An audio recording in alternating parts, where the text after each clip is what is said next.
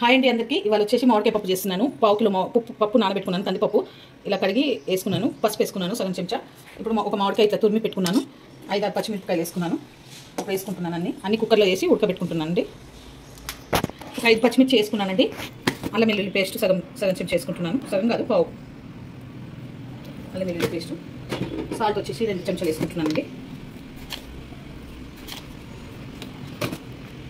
కారం వచ్చేసి 2 చెంచాలు వేసుకుంటున్నాను.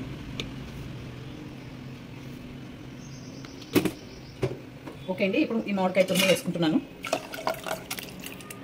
ఓకే అండి, ఇలా అంతా వేసుకొని ఇలా పప్పు పెట్టేసుకుంటున్నాను. విజిల్ పెట్టేసుకుంటున్నాను. ఒక 6 విజిల్ వచ్చినాక బంద్ చేసుకోవాలి. కొంచెమా. ఓకే అండి, పప్పు రుబ్బుకున్నాను. ఇప్పుడు బగారా వేసుకుంటున్నాను. 2 పావుల నూనె పోసుకుంటున్నాను.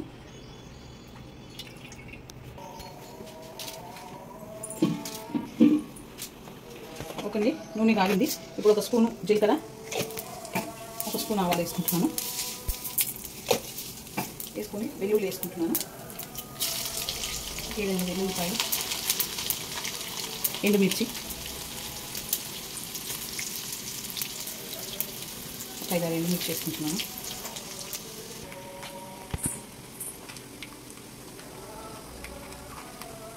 కరివేపాకు, కొత్తిమీర కూడా వేసుకుంటున్నానండి.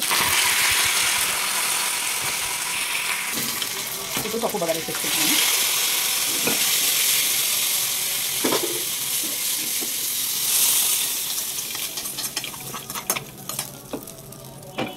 కొన్ని వాటర్ పోసుకుంటాను. పోసుకుని